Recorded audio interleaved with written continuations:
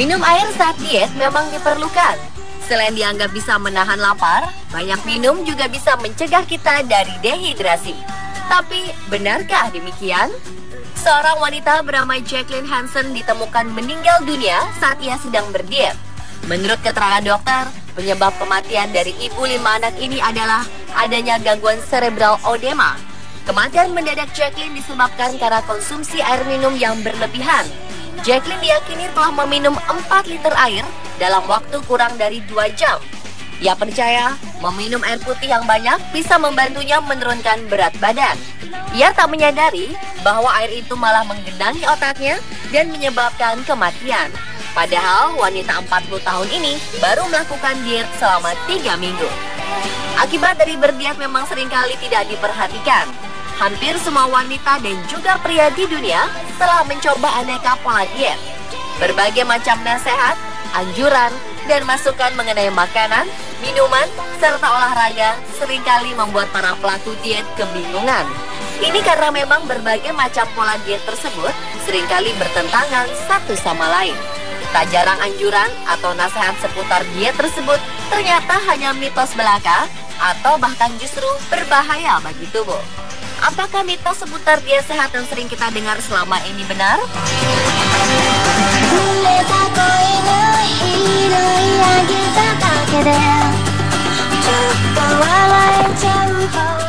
Well, you done me and you bet I felt it. I tried to beat you, but you're so hot that I melted. Yang pertama adalah perbanyak makan buah. Saat Anda memutuskan untuk menurunkan berat badan atau melakukan diet, maka Anda akan dianjurkan untuk banyak makan buah dan sayur.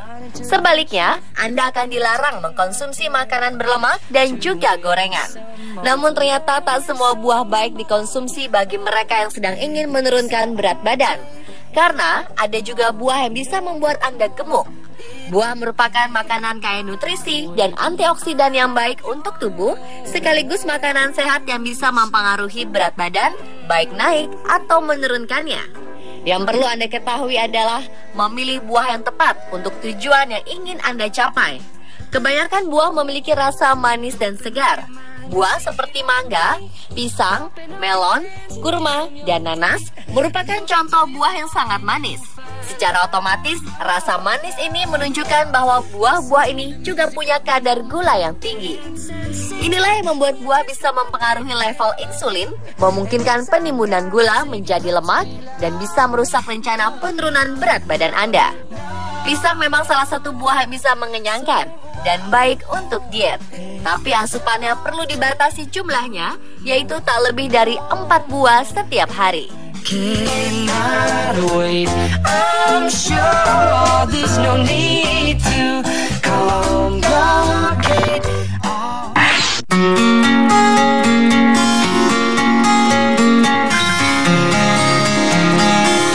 Banyak minum air bantu turunkan berat badan. Hal ini merupakan fakta. Minum air bebas kalori dan bebas gula merupakan cara yang lebih baik untuk mendapatkan asupan cairan harian daripada meneguk minuman manis dan tinggi kalori seperti minuman ringan. Beberapa studi menunjukkan bahwa minum 2 gelas air sebelum makan bisa membantu kita makan dengan porsi lebih sedikit.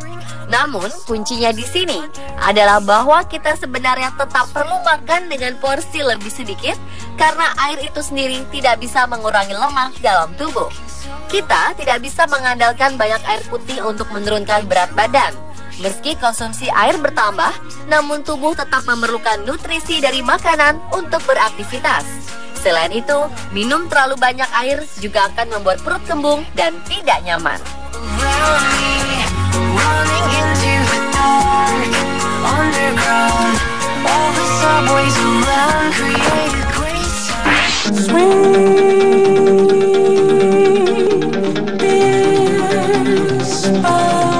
Kita sering mendengar tentang berbagai makanan yang memiliki kemampuan untuk membakar lemak. Ginseng, teh hijau, jeruk, cabai, dan beberapa tumbuhan lain telah lama dikaitkan dengan proses pembakaran lemak.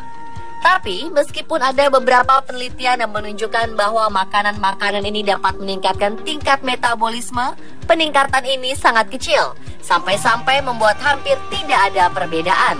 Dikatakan bahkan peningkatan kecil dalam metabolisme melalui konsumsi sejumlah besar teh hijau atau ginseng dapat memberikan kontribusi untuk penurunan berat badan. Sayangnya, ini adalah mitos, karena tubuh Anda benar-benar menyesuaikan dengan perubahan ini. Dengan demikian, setelah beberapa saat setiap keuntungan metabolik tersebut akan hilang. Ini berarti turunnya berat badan Anda karena mengkonsumsi makanan tadi tidak akan bertahan lama.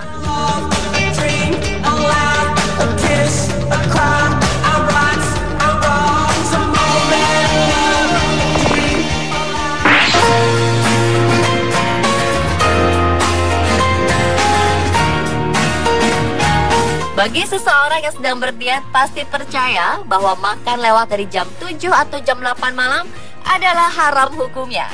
Seringnya kita mendengar hal tentang kaitan makan malam dengan kegemukan. Beberapa di antara kita bahkan rela menahan lapar. Anggapan ini tidak sepenuhnya benar. Makan malam sama sekali tak bermasalah, asalkan tetap berada dalam kebutuhan kalori sehat harian Anda. Bahkan jumlah karbohidrat yang tidak berlebihan bisa membantu Anda untuk tidur lebih nyenyak di malam hari. Kalori yang tersimpan ketika Anda tidur akan digunakan untuk aktivitas Anda keesokan harinya. Buktinya, masyarakat Spanyol terbiasa makan malam jam 9 malam. Namun hal tersebut tidak membuat mereka kelebihan berat badan. Pada intinya, permasalahannya bukan terletak dari jam makan, tetapi lebih kepada apa dan seberapa banyak porsi makan dan juga aktivitas Anda sepanjang hari itu. Sebab, kapanpun kita makan, tubuh akan menyimpan kelebihan kalori itu dalam bentuk lemak. Jika kita memiliki aktivitas yang banyak menguras tenaga, maka makan jam berapapun tidak akan terlalu menjadi masalah. Christine Rosenblum, PhD, RD, CSSD, yang merupakan ahli nutrisi dari Georgia State University, mengatakan kapanpun waktu makan Anda, ketika Anda berlebihan mengkonsumsi kalori dan tidak rajin berolahraga, berat badan Anda pasti akan naik dengan cepat. I was looking for another you, and I found another one.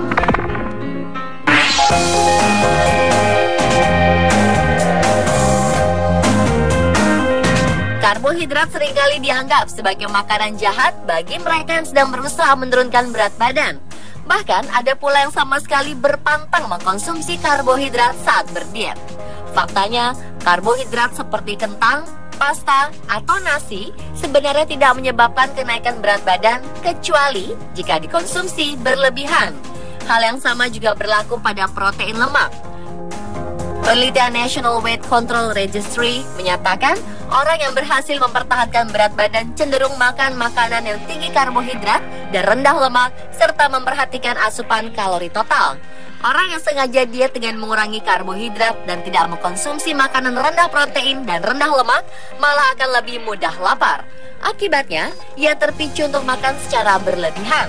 Jalan keluar terbaik adalah mengganti asupan karbohidrat dengan beras merah, roti gandum, atau pasta gandum yang merupakan karbohidrat kompleks.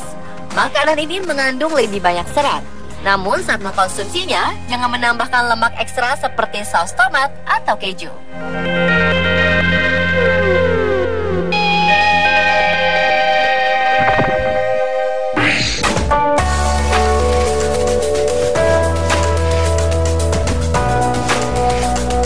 Bagi kita yang sedang berdiet, olahraga adalah sebuah metode yang bisa dilakukan untuk mengatasi kegemukan. Mitos ini benar, namun sayangnya banyak yang tidak melakukannya dengan prosedur yang benar. Banyak yang berpikir bahwa semakin banyak keringat yang keluar menandakan bahwa proses pembakaran kalori sedang berlangsung. Alhasil, banyak orang memaksakan diri dalam berolahraga, terutama pada menit-menit pertama.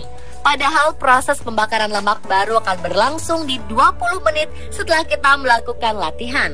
Seringkali pada saat menit penting ini terjadi, tubuh malah mengalami keletihan karena terlalu dipaksakan pada awal melakukan latihan. Bahkan kebanyakan orang justru berhenti di menit penting ini karena kelelahan.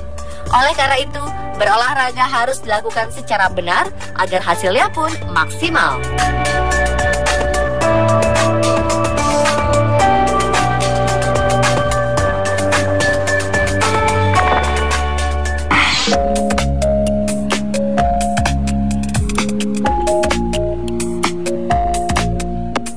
Gorengan adalah makanan yang cukup sulit dihindari. Apalagi rasanya yang gurih dan renyah membuat siapapun tergoda untuk menyantapnya. Bagi mereka yang sedang berdiet, tentu saja makanan yang digoreng lebih baik dihindari karena akan mengacaukan program penurunan berat badan. Benarkah demikian? Mitos ini benar. Gorengan biasanya dibuat dari makanan menyehatkan seperti sayuran, tahu, serta tempe. Namun minyak untuk menggorengnya mengandung kalori tinggi. Dalam 1 sendok makan minyak saja mengandung lemak murni sebanyak 13,6 gram dan 117 kalori. Selain itu, ia juga mengandung asam lemak jenuh yang apabila dikonsumsi dalam jumlah banyak tak hanya membuat tubuh gemuk, tapi juga memicu penyakit. Anggapan untuk menghindari makanan berlemak saat berdiet juga muncul. Tapi anggapan untuk menghindari semua makanan berlemak tak sepenuhnya benar. Karena makanan sumber lemak tak jenuh seperti olive oil, kedelai, kacang-kacangan, alpukat, atau kenari justru sangat dibutuhkan oleh tubuh. Lemak pada sumber makanan tidak selamanya memberikan efek buruk pengelolaan berat badan dan kesehatan Anda. Yang terpenting adalah mencari sumber lemak yang terbaik dari makanan yang dikonsumsi. Memenuhi asupan lemak adalah hal yang wajib dan bukan malah dihindari sama sekali, karena terdapat juga lemak esensial bagi tubuh dan hanya bisa diperoleh dari makanan. Jadi, bijaklah dalam memilih sumber makanan yang mengandung lemak.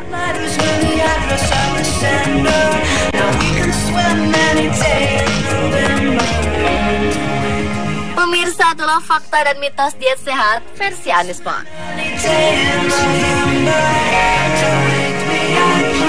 Sleep.